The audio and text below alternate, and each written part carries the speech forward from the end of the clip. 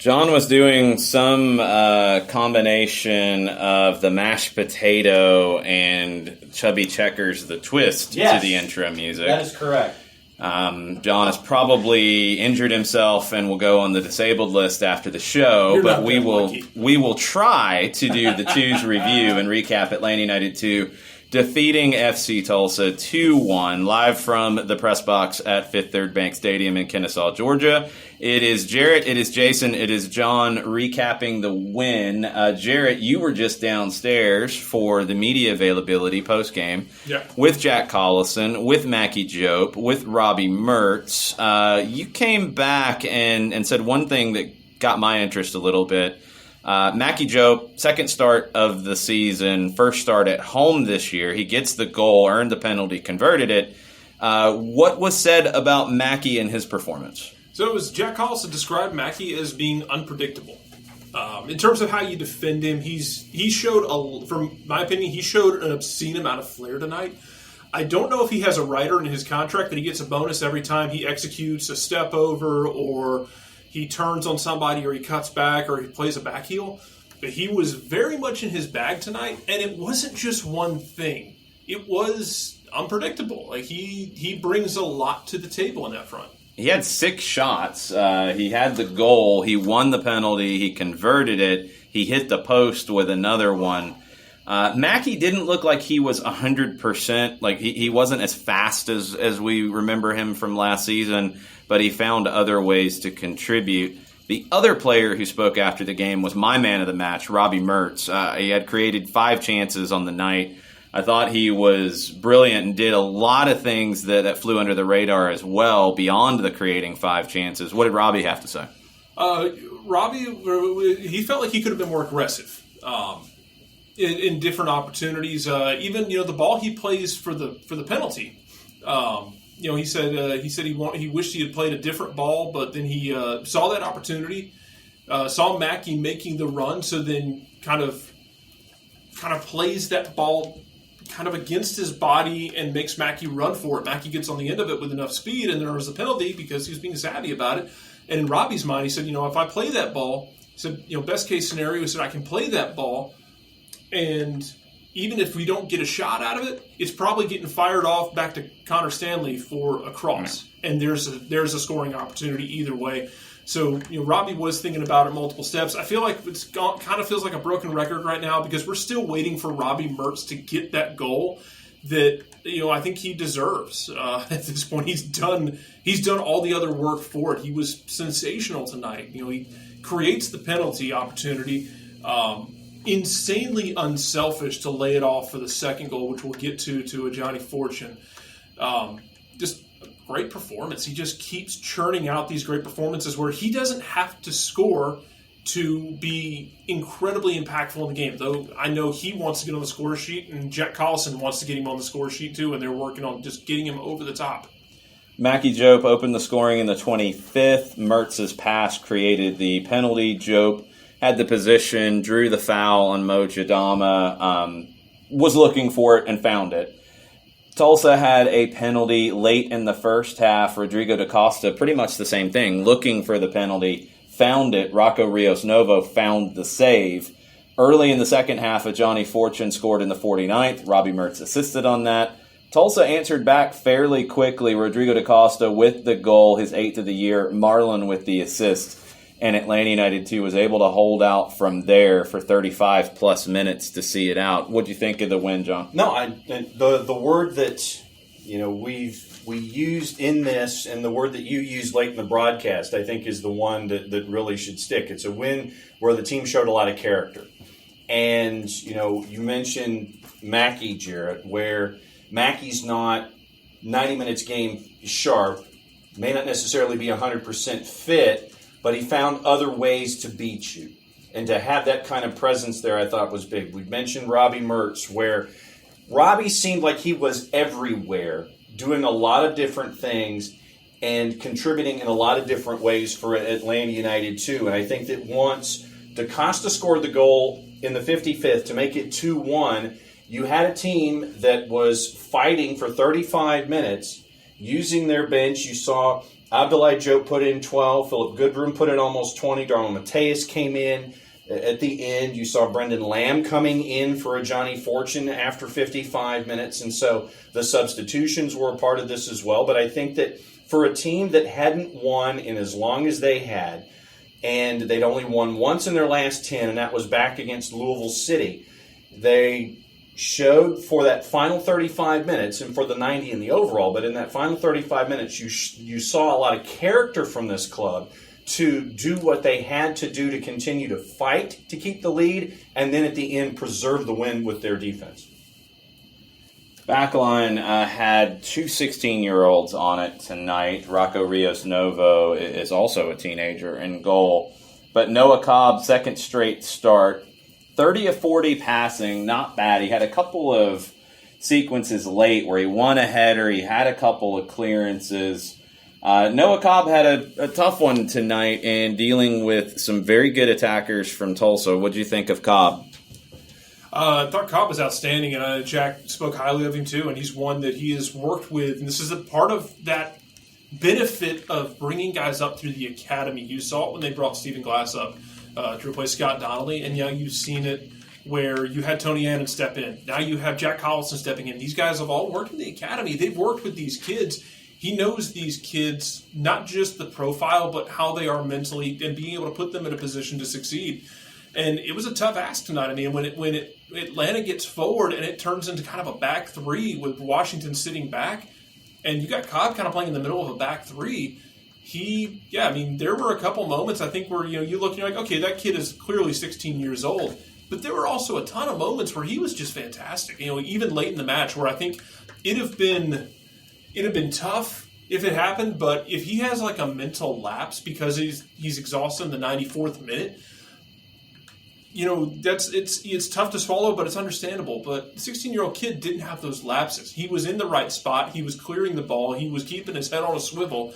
I was insanely impressed with him, and Jack Collison was too. And Jack Collison continues to put these kids in a position to succeed. And I think I don't think that can be brushed aside. That he's putting these kids out there, but he's not putting them out there in situations setting them up to fail. No, and even on a night where I thought Caleb Wiley maybe had his worst performance for Atlanta United too, he made some plays late as well. And for a 16-year-old who's not having a good night, to still be able to suck it up and make some big plays late is a credit to not just the soccer preparation that these guys go through, but the mental preparation that academy coaches help them with. Yeah, and even Robbie Mertz was talking about the midfield. You had teenagers in the midfield as well tonight. Johnny Fortune, and I swore I wouldn't bring this game up, but Robbie Mertz brought it up, so you can take it up with him. The Memphis game. He said, AJ has that game against Memphis that's really tough for him, and he's just, ever since then, he's been integrated with the squad at full speed, but he's bounced back, and Johnny Fortune just continues to play well for this team and gets his goal tonight off of a really selfless ball from Robbie Mertz. And then, Brendan Lamb comes in, and Robbie Mertz has mentioned multiple times that he is just endlessly impressed with the poise and the talent that these teenagers have, that they're being pulled into games. And this wasn't, I want to make it clear, this wasn't a game of Atlanta United 2 versus Loudon or Red Bulls 2. This was against a independent professional USL team. They're going out there against guys who are getting their bread. They're out here making a living doing this, and these teenagers went out there and performed tonight. I mean, real quick, Jason, just you mentioned that. Mojadama 27, Marlon 26, Rivas 29, Sheldon 28, DaCosta 27, Bourgeois 27, Corrales 30, Moloto 31, Eric Bird 28, and Dario 28. That's what you're looking at for the starting lineup for FC Tulsa compared to what we were seeing with Atlanta United 2 and what we see with them going up against these clubs this season, Jason. Yeah, I mean, you're dealing with Joaquin Rivas, who is coming off of a Gold Cup quarterfinal appearance with El Salvador and comes into this match against two 16-year-olds on the back line, and Rivas couldn't find a goal like he did twice in that quarterfinal. It's a credit to a lot of composure from a lot of youth with Atlanta United too. Let's get into the numbers just a little bit here. Mentioned Mackie Jope with 6 shots. Great to see Mackie Jope starting to get back to his best. I think he's still got a little bit of a ways to go. On the passing side, Aiden McFadden, 81% on the night. Robbie Mertz, 80%. 5 chances created for Mertz, 3 from McFadden. Wiley, even on a rough night for him, created a couple of chances. Chris Allen was 30 of 34 in the midfield, 88%. Noah Cobb, 75%. You want to see that number tick up a little bit. But again, second start, understandable. Bryce Washington, 28 of 33, was stepping forward as a right back when needed, also sitting back when Wiley was going. I thought Bryce Washington had a really nice match. Connor Stanley, 27 of 31 on the pass, created a chance. Johnny Fortune, 24 of 26, rarely put a foot wrong tonight. Bradley Camden-Feo, 22 of 27. Rocco Rios-Novo, 22 of 25. That's what we come to expect from Rios-Novo, is 3 incomplete passes. Were all long passes. Mackie Jope, you're not looking for a high pass percentage out of him. He was 14 of 21. He did create a chance. Brendan Lamb came in, 14 of 16, created a chance. Abdoulaye Jope came on and was 11 of 14. We'll get into Abdoulaye here in just a second. Philip Goodrum, 6 of 7. Darwin Mateos, 1 of 3. Abdoulaye Jope came on 72nd minute, won 3 tackles in the period of time he was on the field. Abdoulaye was a player that impressed us last year with Atlanta United 2, was incredibly impressive in preseason with Atlanta United, to the point that people were talking about an MLS contract for Abdoulaye Jope. Has been injured. This is the first time we saw him this year. Really, outside of not playing a whole lot of minutes tonight, didn't look like he had been out all season, John. No, he's jumping into the play, very aggressive, and not afraid to mix it up to try to regain a ball. If he saw an opportunity to try to get the ball away from an FC Tulsa player in a situation like that, not afraid of his surroundings, not afraid to engage. And, sometimes if a player's out there for his first action, they might be a little concerned about that first touch, that first engagement, the first tackle, what have you. You didn't see that at all from Abdoulaye Jope tonight. Defensively, Jope and McFadden led in tackles. Abdoulaye Jope with 3 apiece. No one else had more than 1. Interceptions, Camden-Feo had 2 interceptions. Chris Allen had 2. He also had a tackle, so 3 defensive actions from Chris Allen as well. What else stood out to you, Jarrett? Anything else we haven't talked about yet? I was really impressed with late in the game, Darwin Mateos coming in. Even for only a couple minutes, first touch of the game, damn near put an assist on for Bryce Washington getting into the box. Did a good job in terms of trying to hold up and create, and even the tactical foul late in the game, stopping a counter. And speaking of tactical fouls, I do want to shout out, because we've talked about Mackie Jope enough, I guess. Let's do it one more time. One thing he did that really impressed me was there's a point in the match where Caleb Wiley heads the ball out for a goal kick, and Caleb Wiley's way up the field, and he's hauling tail trying to get back. Mackie goes and stands right next to the keeper and basically stands over the ball, keeping the keeper, because the keeper was looking to go quick, because Caleb's way up the field, stood over the ball, gave Atlanta's defense a chance to reset. And, I don't know if everyone saw that. To me, that stood out. And just doing the little things there to give everyone a chance to catch your breath. Don't get caught, on a guy trying to take a very quick goal kick. It's a smart move by the Tulsa goalkeeper, but just doing those little things, or when you got guys who recognize there's a runner on the left, so I'm going to shield him and make him turn right. Just those little things we saw from them. Yeah, a lot of little things added up for Atlanta United 2 tonight. The tactical foul where Mateos picked up a yellow card, it was the right decision in that moment. He had to make sure that break didn't happen. There were times where the back line turned into a line of 5 at the very end, with Washington pinching inside, McFadden and Wiley as wing backs.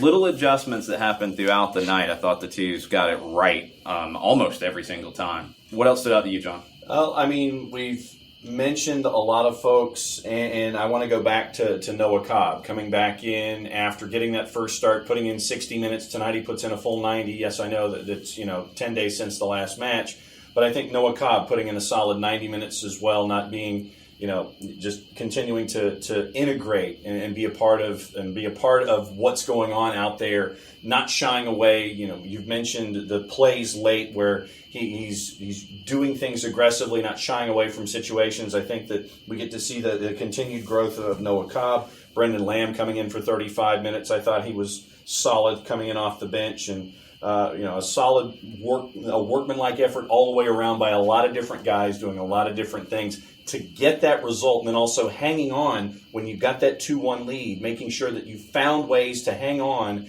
to that 2-1 lead, still chase after that third goal, but then defend when you needed to keep the win and get full points. Other action in the Central Division tonight, Louisville City went west and defeated Sporting Kansas City 2-1. So that means Central Division, as the night ends, Lou City's on top with 30 points through 15. Birmingham Legion, 25 points through 13 matches. Tulsa, 19 points through 14 matches. They are 6-7-1 now. OKC Energy in the last playoff spot, 4-5-6, 18 points through 15 games. Atlanta United 2, 1 point out of the postseason at the moment, halfway through, 17 points through 15 matches, 4-6-5 on the year. Memphis 901, 4-4-4, only 12 matches played. They're on 16 points. Indy 11 also on 16, 2 more matches played. Sporting Kansas City 2 is at the bottom of the table in the Central Division, 14 points through 16. But it is a very crowded 3-8 in the Central Division. Atlanta United 2 climbs up a little bit, but it doesn't get any easier for them. Back-to-back trips to Birmingham now over the next 2 games, and that starts on Saturday. What do you think Atlanta United 2 has to do to go over and get 3 points against Birmingham, Jarrett? I think you got to just go in with confidence, and I asked Robbie Mertz about this, and he said this is a team that is healthier and it's confident. Going into Birmingham a couple of weeks ago, even in that rained out game where we only saw 45 minutes, I asked him, for him, does it help that you went in there and you threw haymakers with them? You threw punches. You got the first goal, and then you give up one just before halftime. But you were throwing punches with a Birmingham team that gets really squirrely. And I think that does, and he thought it gives them some confidence going into that game, knowing they can throw hands with them if they need to, metaphorically speaking. But they're confident going into that game that they know they can go play with them. There's not a team in this conference, in this league, that Atlanta United 2 doesn't feel like they belong on the field with right now. What does Atlanta United 2 have to do to win in Birmingham, John? I think it goes back to what Jarrett was talking about in the game. I think that we saw against Birmingham the speed from the outside taking advantage of the back for Birmingham. And I think that using the speed that Atlanta United 2 has at its disposal to chase after that back line, there were a lot of gaps in the back that they could attack. There were a lot of spaces that were available for them. Just continue that philosophy that happened in that first 45 minutes, but a lot of it had to do with speed and finding the space that was given to them. And there was a lot of space that was there that was surrendered by Birmingham and just taking advantage of it to get it past Matt Van Oekel. I think somebody like Darwin Mateus becomes really, really important in that match because he came on just for a cameo here tonight. He'll be fresh, and I think he'll be expected to carry the attack for Atlanta United too. They also have to clean some things up defensively. I think Tulsa left some opportunities on the table tonight. Birmingham, with their quality attackers, will punish Atlanta United 2 for some of the mistakes that they might have gotten away with tonight. It was a young back line, 3 teenagers out of the back 5, including the goalkeeper. And they found a way to only give up the 1 and get out of here with 3 points. It's a confidence builder, and we'll see how that looks on Saturday night in Birmingham. 8 o'clock Eastern time kickoff, if I'm not mistaken. That's the second one. 7:30 on the weekend, and then on the 4th it's 8 o'clock. All right, so 7:30 on the weekend. It's not a long drive if you want to head over to Birmingham and BBVA Field if you're an Atlanta United fan. First team plays on Friday night. Second team is just one state away. Make a weekend of it. We'll see how it goes. We will talk about that game on Saturday night. We'll have everything getting ready for Atlanta and Orlando over the next couple days on SDH. We'll be back in the morning. Thursday, it'll be a travel day for me later in the day, and then we'll have the show Friday. I will be in Orlando as we get ready for Atlanta and Orlando, the rivalry renewed from Exploria Stadium Friday night. Thanks for listening. If you have any questions, send them our way, and we will talk about it on SDH in the morning. Mucha plata, y'all. Mucha plata. Mucha plata.